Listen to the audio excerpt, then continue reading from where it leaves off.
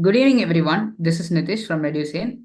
Today, in final year case presentation, we have Dr. Yogesh sir, who will be mentoring us through this session. And sir is the assistant professor of Institute of Internal Medicine of Madras Medical College. And today, the presenter Pranavendra S, the final year medical student from Madras Medical College, will be presenting the case. Over to you, presenter. Good evening. Thank you, Nitish. Thank you once again. Today we will be having a wonderful session once again from Dr. Yogesh sir, and I must thank him to in this schedule. It's very understandable that how he is managing is something which I myself want to learn from him. Thank you so much for joining with us today, sir. And today we are going to have one of the important cases and see which. I think many people from final years, especially from a private medical college, will be like having a worry because you will not encounter this case per se during your final year case clinics as well as your exam. So one place where you guys will be struggling, and I thank Yogesh sir for joining with us today, and our wonderful presenter for today, Pranavendra, final year MBBS from MMC. Thank you once again, sir. And I guess this session will be useful for all the people, those who are watching the session. Yeah, thank you. Thank you, Raghu. We'll start the session. Good evening, everybody. I am Pranavendra S from Madras Medical College, final year MBBS student, here to present a case of ascites. Patient Mahendran, 51-year-old male from Chennai, who is a lorry driver, came with the chief complaints of abdominal distension for the past 5 months, swelling of both legs for the past 3 months, and vomiting of blood for the past 2 days. History of presenting illness. Patient was apparently normal 5 months back, after which he developed abdominal distension, which was 5 months in duration, insidious in onset, gradually progressed to the present state, diffuse, which was diffuse in nature, not associated with abdominal pain, not associated with breathing difficulty. Swelling of both legs. It was for duration of 4 months, which was insidious in onset, initially involving the feet and ankle and progressed until the knees. Present throughout the day, reduces on lying down or leg raise, not associated with scrotal swelling, no facial puffiness, no history of reduced urine output, no history of chest pain and palpitations. Hematemesis. Duration was for 2 days, which was sudden in onset, coffee brown in color. Quantity was about 250 ml, which was non-projectile and contains food particles. Not associated with abdominal pain, not associated with melena, not with no history of bleeding per rectum. There is no history of constipation, lead in stools, bleeding tendencies, diarrhea. No history of yellowish discoloration of eyes or yellow color urine. No history of abdominal pain or dysphagia. No history of breathlessness, wheeze, and chest pain. No history of pruritus. No history of fever, rigor, or rash. No history of weight loss, loss of appetite. No history of altered sleep pattern, seizures, involuntary hand movements, altered behavior, and consciousness.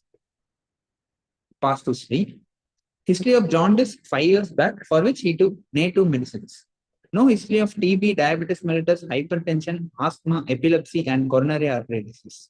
No history of any prolonged drug intake. No history of blood transfusion and tattooing. No history of vaccination for hepatitis.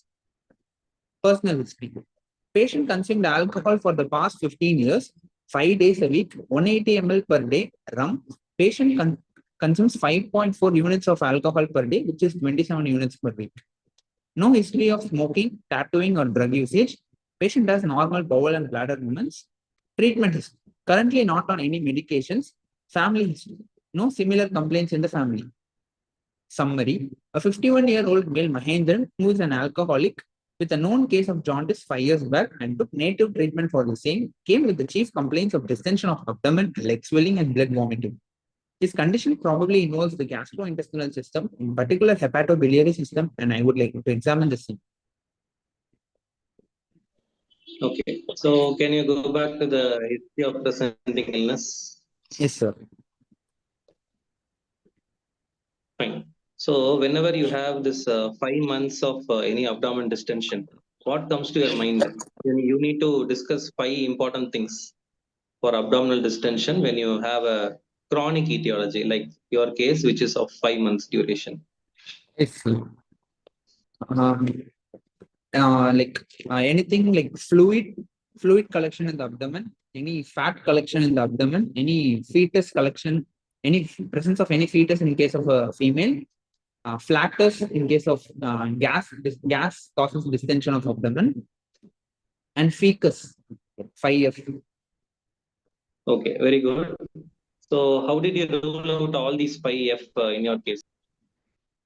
Said, as there is, it is a male patient. I have ruled out fetus, and as patient who did not give any history of constipation, fecus is also ruled out, sir. And it may be fluid is highly possible, sir, because he is a known case of alcoholic. And Alcoholic, you are coming only during your past history. Now you are in history of presenting illness. No? yes, sir.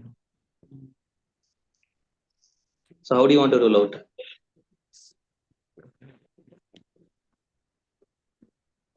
So fluid is a chronic etiology, no? So it slowly starts, insidious onset, it gradually progresses. So one differential diagnosis, it could be a fluid collection, which is of diffuse in nature, as you have mentioned. Yes. Okay. So you have to substantiate like this when the examiner asks you. So how you are dealing with fluid. Okay. So it will be insidious onset, gradually progressive, and it is diffuse in nature. If it is going to be a fluid collection in only one part of your body, okay, so that could be one of your substantiation point. Yes, sir. And then second is swelling of both legs, no? Yes, sir. Swelling of both. Okay, can you give the differential diagnosis for swelling of both legs for 4 months duration? Sir, swelling of both legs is any chronic liver failure, any nephrotic syndrome, protein losing enteropathies, chronic congestive heart failure,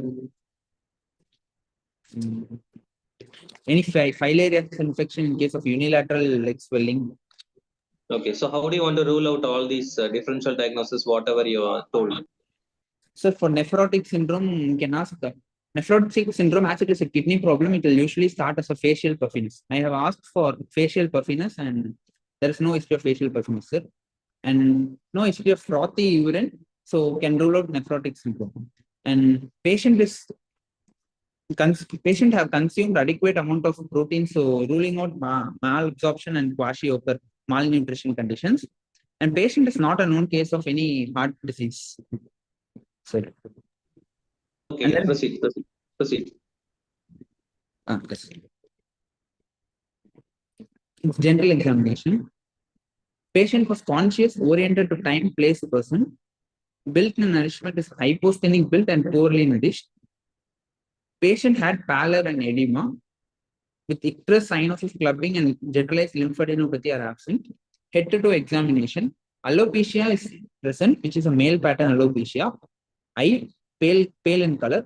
Face, there is loss of facial hair. There is parotid enlargement and there is temporal hollowing. Chest, spider nevi present over the superior vena cava distribution, 6 in number. Gynecomastia and loss of pectoral and axillary hair are present. Abdomen, uniform distension of abdomen with dilated range. Testis, loss of pubic hair. Lower limb, pedal edema present. No signs of chronic cholestasis, like scratch mark or bruise. Vitals, pulse 85 beats per minute, regular in rhythm, high volume, no radial delay, no radiofemoral delay. There is no specific character. All peripheral pulses are filled. Conditions of vessel wall is normal. Blood pressure 110/80 mmHg, measured in upper limb, patient in sitting position. Respiratory rate is 18 per minute, regular in rhythm, abdominothoracic rate. Temperature is 98 degrees Fahrenheit. JVP not elevated. Inspection. Uniformly distended abdomen with flanks full, umbilicus and midline everted and no nodules present. All 4 quadrants move equally with respiration. Dilated veins present over the abdomen. No visible pulsation peristalsis. Paracentesis are present over the left iliac fossa. No divergation of recti, no discharging sinuses, hernial organs are closed. Palpation, superficial palpation. No warm, not tender, no thrills. Deep palpation, liver not palpable, spleen not palpable. Measurement, abdominal girth measured over umbilicus is 110 centimeter. Spino-umbilical line equidistant on both sides. Upper segment to lower segment ratio is 1.9. Direction of blood flow is away from the umbilicus. Fluid thrill is present. Percussion, Shifting. can you show the picture? Sir, You have any picture inspection? sir, yes, sir. We have shifting dullness. Picture. Nitish, sir. Yes, I'll share this screen.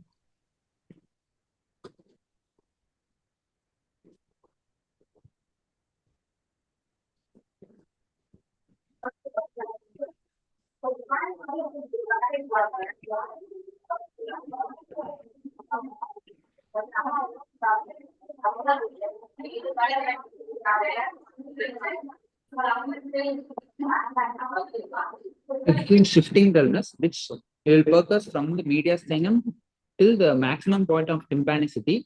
And from the maximum point of tympanicity, we can go towards the right side, keeping the flexometer parallel to midline, and we can get the point of dullness. After getting a point of the dullness, we ask patient to turn to the left opposite side and wait for 30 seconds to 1 minute.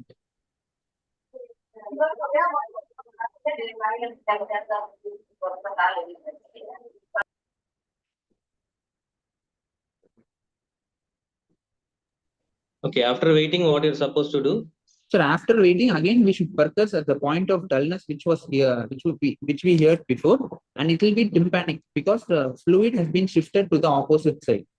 Okay. And the midline which was previously tympanic will be dull. Okay, fine.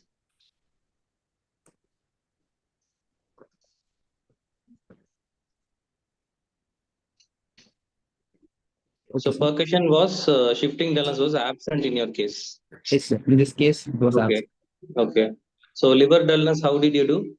So liver dullness, we should focus from the second intercostal space in the mid clavicular line, right side, and up the upper border. When we hear a point of dullness, it signifies the upper border of the liver cell. Usually, it will be present at the fifth or sixth intercostal space. In this case, it was present at the fifth intercostal space. Okay. How to determine the lower border of the liver?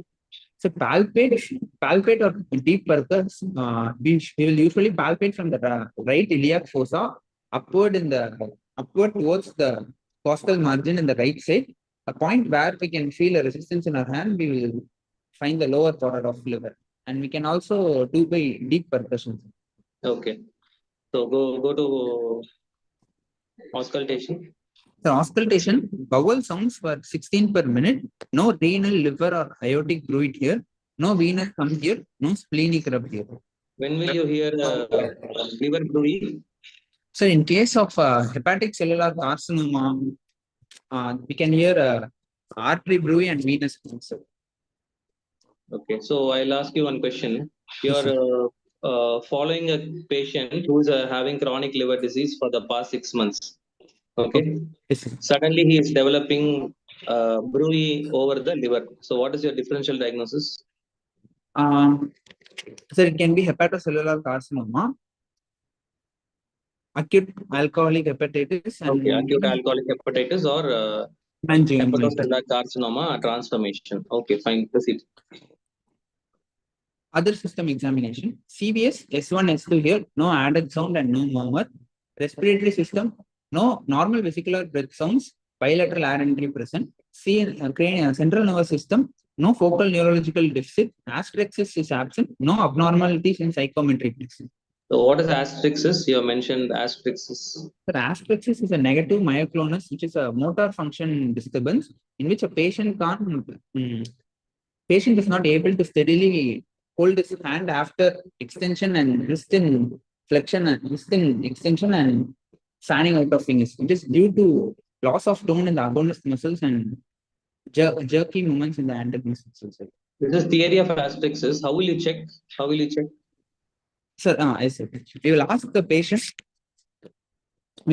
patient to extend his arms, dorsiflex his wrist, and spreading the fingers, fanning out of fingers, and we will wait for some time. So we have to outstretch, and keep the fingers like this.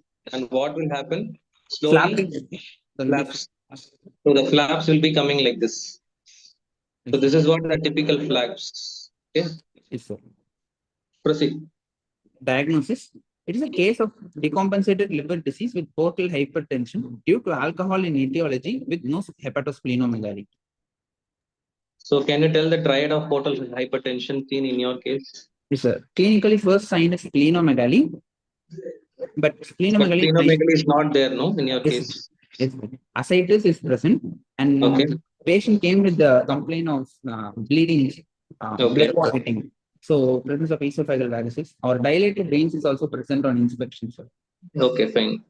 So what are the signs of decompensation in your case? So in my case, presence of ascites, upper GI grade. Okay, what are the other signs of decompensation? New onset of jaundice in a Yes. chronic liver disease patient, hepatic encephalopathy, and Yes. coagulation. Okay, proceed. Investigations, liver function test, ascitic tap for serum albumin serum ascitic albumin So gradient. what is the importance of SAG, SAAG? To confirm the etiology due to portal hypertension, sir. If SAG is Okay, more than so 1.1, it is portal hypertension. 1.1, if it is more than 1.1, then it says that it is portal hypertension. Yes, sir. And Okay. WBC, polymorphic neutrophilic cells, chylomicrons in ascitic culture, upper J Okay, index. chylomicrons and all you will do only when you suspect chyluria, that is chyluria or chyle type of ascitic tap, which is milky white in color. Yes, sir. So we routinely don't do chylomicrons regularly for all patients. We Okay. do only SAG, we do gram stain, we do the proteins, we do the uh, culture WBC. sensitivity. Yes, those things only. Routinely, we don't do chylomicrons. Okay, sir. Markers like hepatitis B virus and hepatitis C virus, complete blood count, chest X-ray, ECG, echo, USG abdomen, urine examination, and stool for occult blood sugar values, and serum creatinine, electrolytes, and serum albumin levels. Okay. So in these all, you have given a package of tests, no? Which Yes, is most important prognostic marker of a chronic liver disease? USG abdomen Serum marker. albumin level. Okay. Always serum albumin level is a synthetic function of liver, so which will be very less than 2.5 in case of all CLD. Okay. Okay. So serum albumin is a very important marker of chronicity of liver disease. Okay. Treatment. Patient to be on nil per oral and rice tube is inserted. Monitor the vitals. OGD scopy tells the presence of variceal bleed, and if needed, endoscopic variceal ligation is done. Spironolactone 100 milligram per day and furosemide 40 milligram per day is started as patient has ascites and pedal edema. Propranolol 20 mg BD for treatment of portal hypertension, and lactulose syrup 15 ml thrice a day to prevent hepatic encephalopathy. Okay. Advice. So in your treatment part, no? So immediately your patient is coming with a hematemesis, no? So what is the initial step you want to do? How do you want to stabilize the patient? So first monitor the vitals, check the BP, and we'll start patient on nil per oral and rice tube is inserted. An octreotide infusion is given subcutaneously 50 microgram, and if not available, terlipressin 2 mg IV can be started. And rice tube is inserted and can check the amount of blood present in the stomach. Okay, so immediately you want to stabilize the patient means for blood vomiting, no, hematemesis. Yes, Blood is the only treatment which is exactly correct. okay, so you quantify with the Riles tube how much of blood is wasted. You replace the same amount of blood through transfusion. Okay, so blood transfusion is the important part. The octreotide, terlipressin, whatever you tell, that will not have a much important role. Okay, those are all secondary treatment options. The primary is always you quantify the amount of blood in the Riles tube bag. You give the transfusion with packed RBCs. So that is the initial stabilization to be done. Okay. Next only you can start on all the drugs like octreotide or vasopressors or terlipressin, all these things. Okay. Yes, So why spironolactone and furosemide? Why do you want to add? so they are all they are diuretics. Spironolactone is added because Renin-angiotensin aldosterone system is the primary key factor for volume overload, and furosemide helps in loop diuretic. It's a loop diuretic, so it helps in diuresis of. Okay, okay. So should be very cautious whenever you start all these diuretics. Okay. Sir. Instead, they release all the fluid from the body. Also, they send all the electrolytes also in the urine. So sodium and potassium is a deadly complication of giving all these diuretics. Okay. Yes, sir. Why propranolol?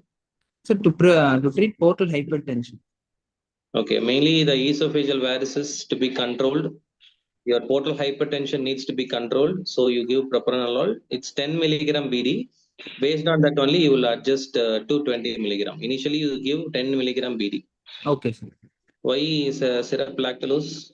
So to prevent constipation and to prevent hepatic encephalopathy. Okay. So what are the precipitating factors of hepatic encephalopathy? Sepsis, spontaneous bacteria, upper GI hemorrhage, constipation, hypokalemia, systemic alkalosis, dehydration, and benzodiazepines for benzodiazepines. Okay. So usually all these patients will be sometimes agitated or they may not sleep at night. So for all the students, what I tell is please don't ever give any sleeping pills for these kind of patients. The liver is already damaged, so please don't give any kind of diazepams. The patient will not get up in the morning. He might die. Okay, because of respiratory depression, because of liver cell failure. Okay, so please don't ever try any kind of benzodiazepines in these patients. Okay, the other thing to be monitored here is the sodium and potassium. So you give spironolactone, you give furosemide, sodium will go down. Again, that will be one important precipitating factor for hepatic encephalopathy. As Pranavendra told, hyponatremia, hypokalemia can precipitate hepatic encephalopathy. So you should be very cautious in these two aspects. So low sodium diet means how much of grams per day you can be giving sodium? Sir, 1 gram per day, sir. Only one. Not less at least 2 gram. Okay, less than 2 gram sodium as sodium. Okay, if it is sodium chloride, then it is 5 grams. Okay. If it is plain sodium, it is 2 grams. Okay, 2 to 3 grams. Okay, protein intake 1 gram per kg per day, 1 to 1.5 grams, because all patients will be cachexic. So whenever you see these patients, no, they'll be very, very cachexic, above poverty, below full. Okay, so that is the thing we tell all these patients. So above poverty is all the rib cage, chest, their face, everything becomes like monkey faces. But below is like a full businessman. He'll be having bag of money. So like that, fully bag of fluid he'll be having. So that is the description given to all these patients. A restricted water intake 1 liter per day only if sodium is less than 135. Otherwise, there is no restriction for fluids. He has to stop the alcohol, and he has to pass at least minimum of 3 to 4 loose stools per day. That is the most important treatment for hepatic encephalopathy. Okay. Okay. Monitoring body weight, it should be minimum of 0.5 kg loss per day. Otherwise, you need to adjust the spironolactone and furosemide dose every day by seeing the weight. So that is the most challenging part you have to understand in these patients. Okay, proceed. Yes.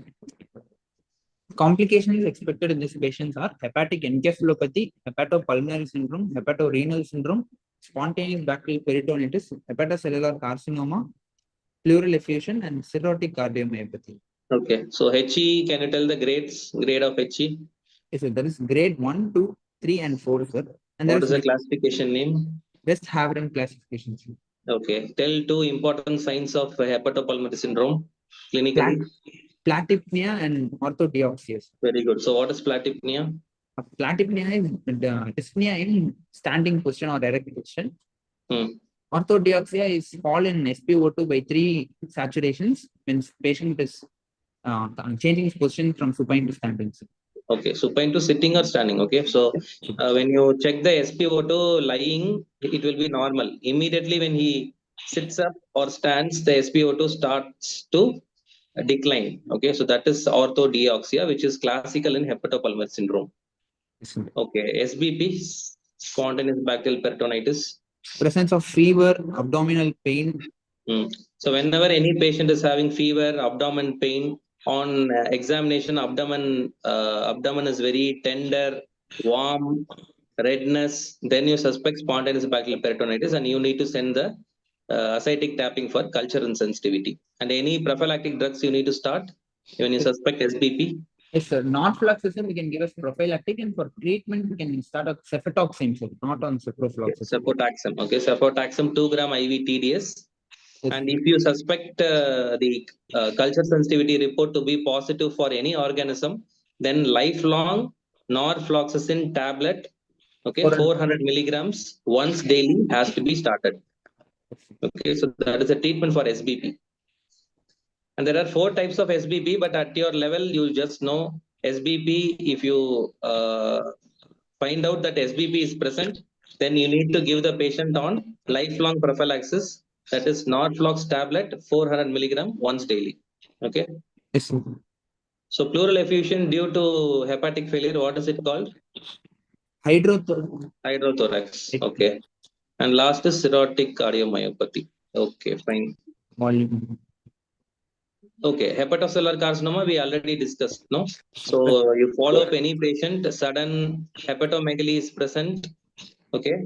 The cirrhotic liver becomes enlarged. So that is the criteria for this. You can hear bruit, the size becomes enlarged, hepatomegaly is there, you suspect hepatocellular carcinoma. Okay, fine. So any other questions from audience side? I think he has done a good presentation. Thank you, sir. Yeah. This is usually a short case for you. You will be starting from the general examination and you have to proceed further till the complication. Okay. You need not write a case sheet for short case. Yes. Only 15 minutes will be given. So that is why I rushed within half an hour. So even in exam, it will be like rapid fire questions only for a short case. So you have to prepare well. Mostly whatever I asked, the same questions will be asked. Almost everything we have covered in this half an hour session.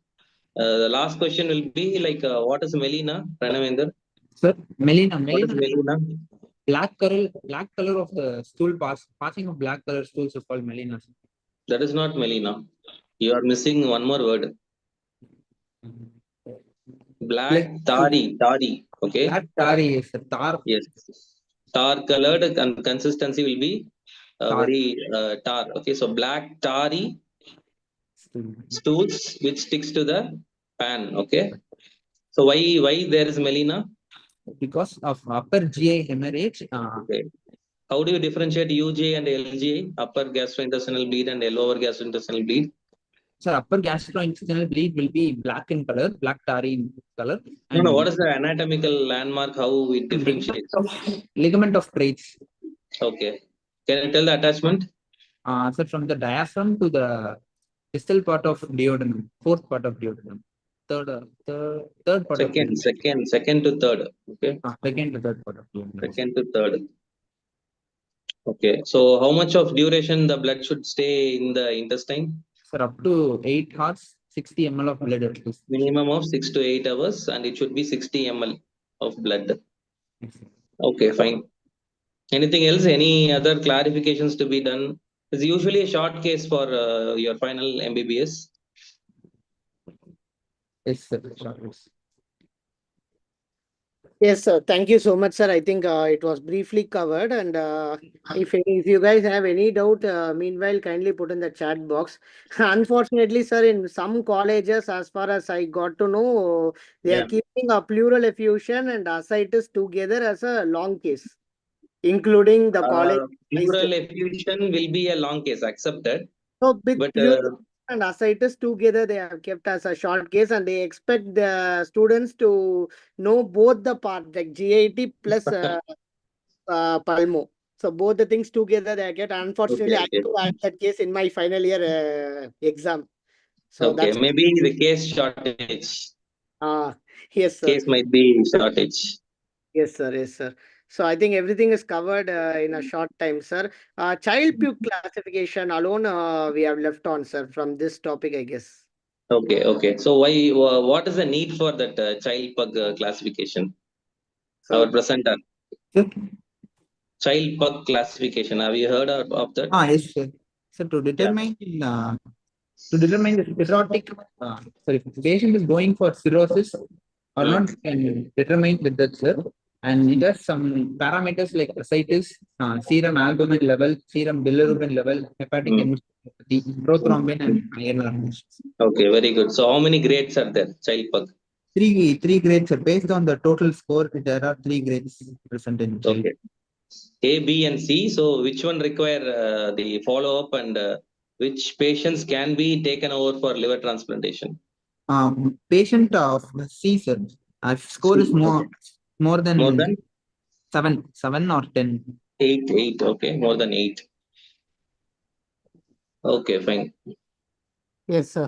With this, I think most of the questions are covered. And if you guys have any more doubt, you can just post it in the comments. I think everything is covered, sir, as far as I have personally experienced in my Yeah, this college as well as. you can share this slide also. Yes, Almost sir. the order of presentation, everything is exactly what they are supposed to present in the exam. Yes, sir. So even I have checked once. So everything is there in the single PPT. They can very well learn, and they can ask any questions if they want. Sure, sir. Thank you. Thank you so much, sir. Your Okay. last piece of advice for the students with regards to this case as well as the GIT. Okay. So when we consider GIT, the first and foremost common case what we keep is number one is CLD, chronic liver disease. It could be decompensated or compensated. Signs of decompensation I have already discussed in the class. Okay. The second will be splenomegaly. Okay. So splenomegaly, you have to properly demonstrate palpation of spleen. Okay, inspection and palpation of spleen is most important. Percussion only if you answer very well for all the questions, they might ask you to demonstrate the percussion, the Nixon's and Castell's method. Otherwise, for UG level, they just ask the methods of percussion of spleen, and you will be discussing more about the differential diagnosis of splenomegaly. With that, it will be like a viva oriented questions for splenomegaly short case. Otherwise, tumors mass will be very rare for undergraduate level. So you should be knowing how to present a short case in a short duration of time, which is of 15 minutes duration, 15 minutes. Okay. So these two are the common cases. Very rarely they keep hepatomegaly also. Discussion will be going on like hepatosplenomegaly. So you need to discuss the causes of hepatosplenomegaly. You have to start like infectious causes, infiltrative causes, then malignancy causes. It will be going like again a theoretical viva discussion after you complete your presentation. So these three are the common cases in GI system.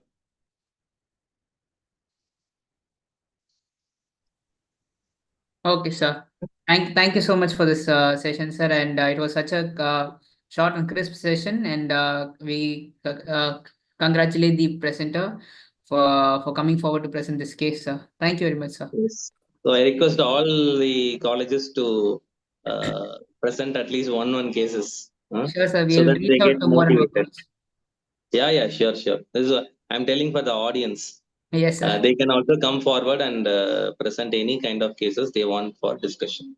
Okay. Okay, sir. Thank you, thank you, Thank you, thank you, sir. Dr. Raghu. Thank you, Parthipan. Thank you, Pranavendra. Thank you, sir. Thank you, sir.